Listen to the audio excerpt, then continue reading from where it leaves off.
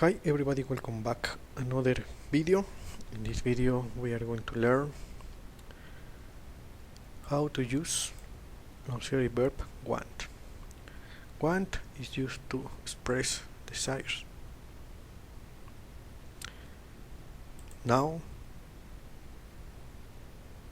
grammar structure. Pronoun plus want to plus verb. For example,